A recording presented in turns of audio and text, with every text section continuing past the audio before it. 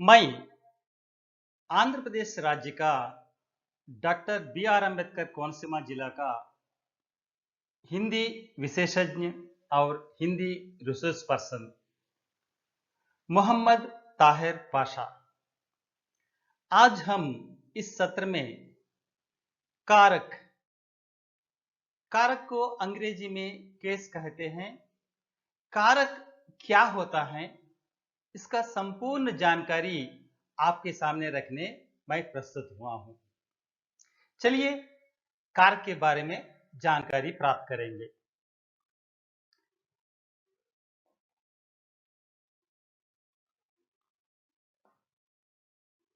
कारक संज्ञा या सर्वनाम का संबंध वाक्य के अन्य शब्दों, विशेषकर क्रिया के साथ से जोड़ने के लिए कुछ शब्दों का प्रयोग किया जाता है।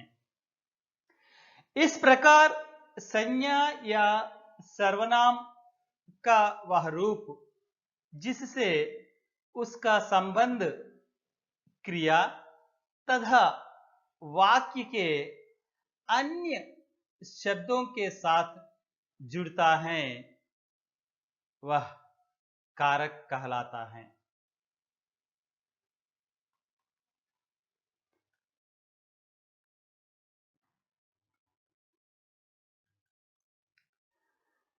संज्ञा या सर्वनाम का कारक रूप बनाने के लिए उनके आगे कुछ चिन्ह जोड़ दिए जाते हैं। यदि वे चिन्ह ना हो तो वाक्यों का अर्थ ठीक से समझ में नहीं आता। इन चिन्हों को व्याकरण में विभक्ति चिन्ह या परसर्ग कहा जाता है। विभक्ति से बने शब्द रूप को विभक्त्यंत शब्द या पद कहते हैं।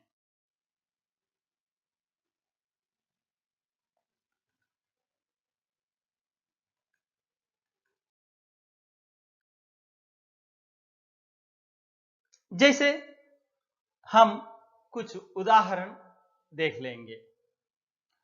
बच्चों ने खाना खा लिया है। यह कार्य मजदूरों के द्वारा किया गया। सरिता को मुंबई नहीं जाना पड़ा। मेरी कलम मेज पर रख दो। यहां पर उपर्युक्त उदाहरणों में बच्चों,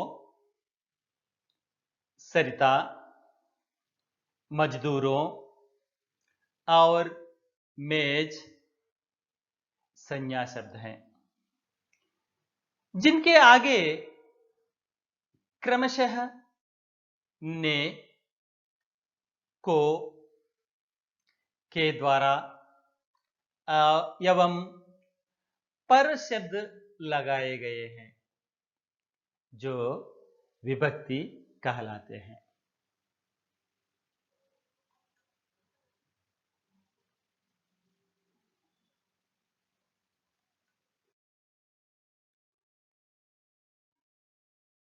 कारक के भेद।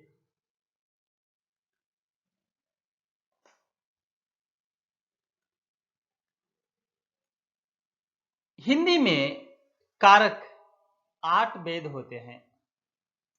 कर्ता कारक, नॉमिनेटिव केस। कर्ता कारक के बारे में जानकारी प्राप्त करेंगे।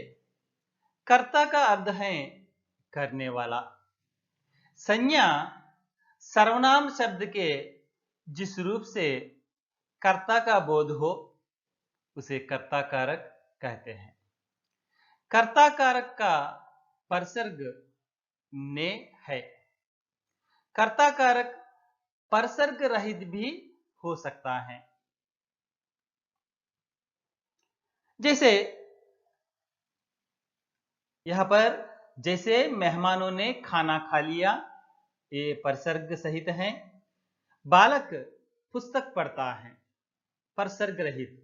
ऊपर का वाक्य में ने दिखाई देता है, नीचे के वाक्य में ने का लोप हो गया, यानी परसर्ग रहित।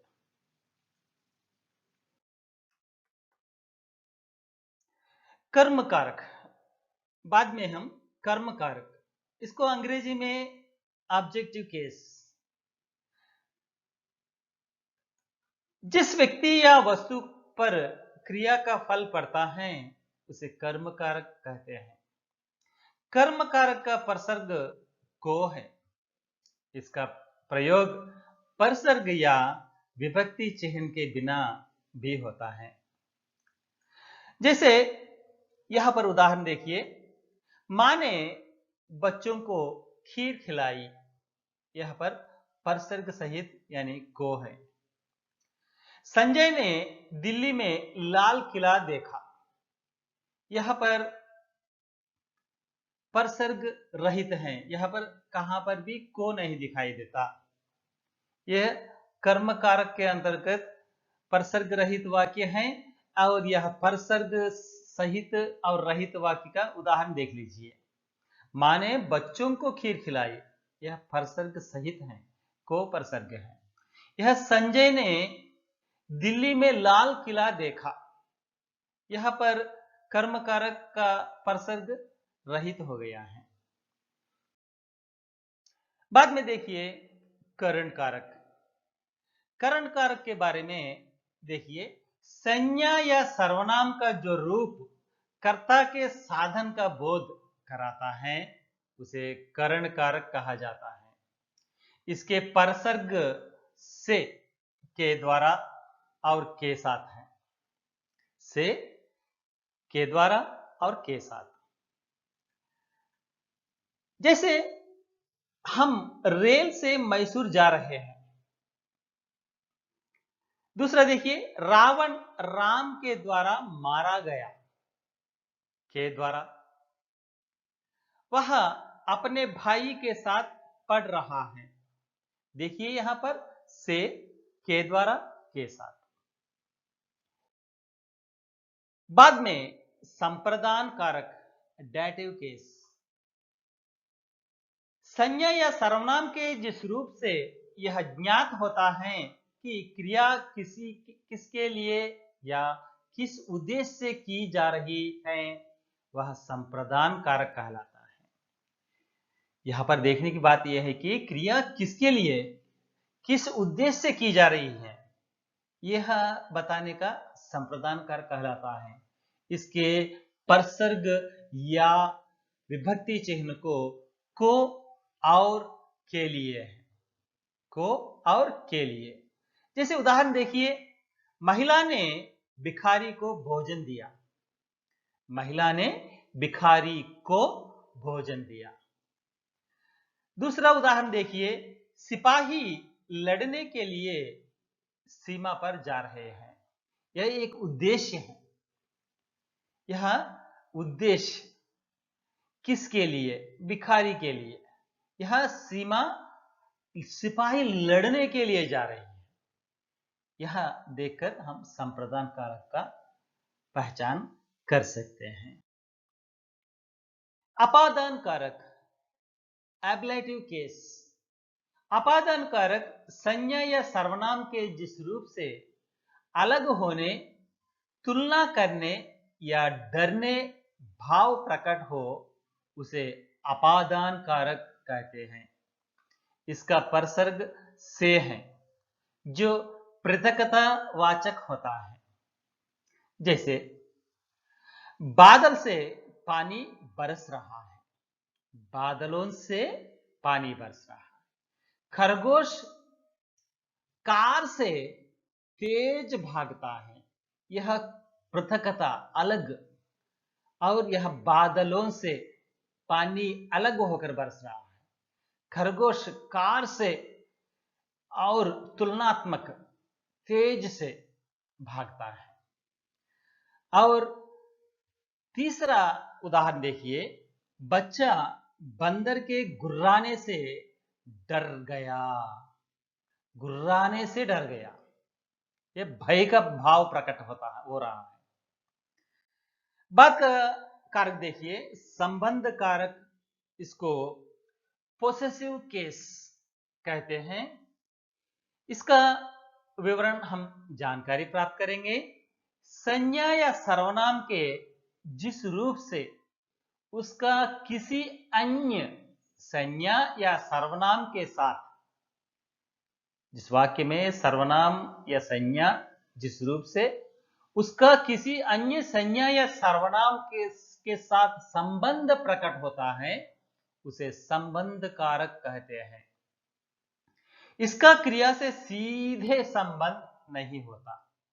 संबंध कारक के परसर्ग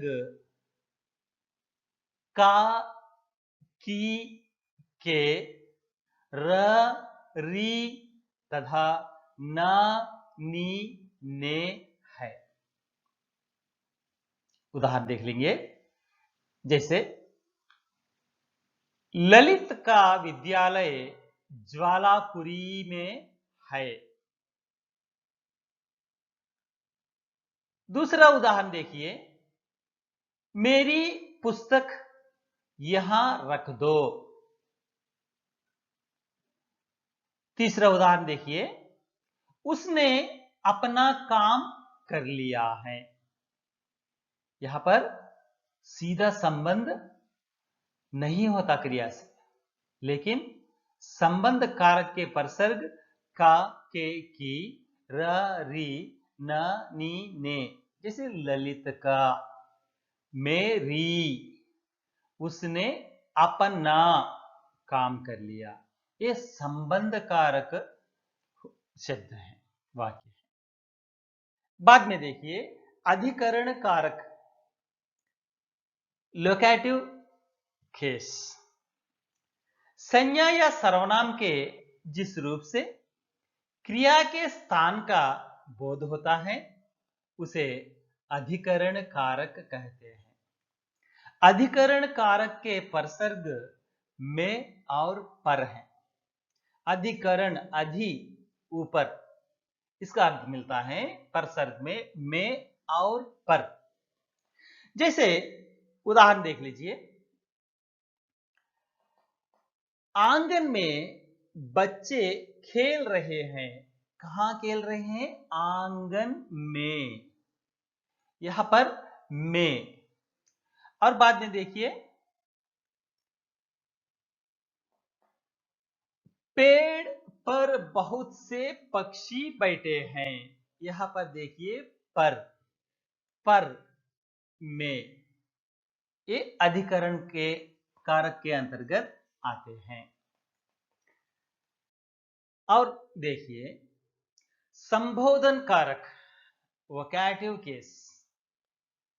इस कारक के बारे में हम विषय जानकारी प्राप्त करेंगे। संज्ञा या सर्वनाम के जिस रूप से किसी को पुकारे जाने अथवा संबोधित करने का बोध हो, उसे संबोधन कारक कहते हैं। इसके परसर्ग हे, ओ, अरे, अरी, ये सभी संबोधन कारक है। संबोधन कारक के पश्चात संबोधन चिन्ह इस तरह लगाया जाता है। जैसे, हे विद्यार्थियों, तुम्हें परिश्रम पूर्वक पढ़ना चाहिए। ओ भाई, तुम कहां जा रहे हो? अरे गीता, तुम यहां क्या कर रही हो? इस तरह से संबोधन कारक का उदाहरण देख सकते हैं, इसका पहचान भी कर सकते हैं। यहां पर कुछ संशय हमारे बीच में उत्पन्न होता है। यहां पर जो दो दो कारक एक ही जैसे दिखाई देते हैं, लेकिन इसके बीच में अंतर रहते हैं। जैसे कर्म कारक और संप्रदान कारक में अंतर है। कर्म कारक और संप्रदान कारक में अंतर। ये अंतर क्या है? कर्म कारक और संप्रदान कारक दोनों का परसर्ग को है, परंतु उनमें पर्याप्त अंतर है। वो अंतर क्या है जानिए। कर्म कारक का को कर्ता द्वारा कर्म पर प्रभाव डालता है। कर्म कारक का को कर्ता द्वारा कर्म पर प्रभाव डालता है। जैसे अध्यापक छात्रों को पढ़ाते हैं। अध्यापक छात्रों को पढ़ाते हैं, लेकिन संप्रदान कारक का को क्रिया का उद्देश्य बताता है जिसके लिए कार्य किया जा रहा है। यह उदाहरण देखिए, अध्यापक छात्रों को पुस्तक देते हैं। पहला उदाहरण में देखिए, कर्मकार के अंतर्गत अध्यापक छात्रों को पढ़ाते हैं, छात्रों को पढ़ाते हैं। संप्रदान कारक में अध्यापक छात्रों को पुस्तक देते हैं। यह छात्रों को पुस्तक देते हैं, यह पढ़ाते हैं। अध्यापक पढ़ाते हैं, पुस्तक देते हैं छात्रों को। ये अंतर हम जानकर रखना चाहिए।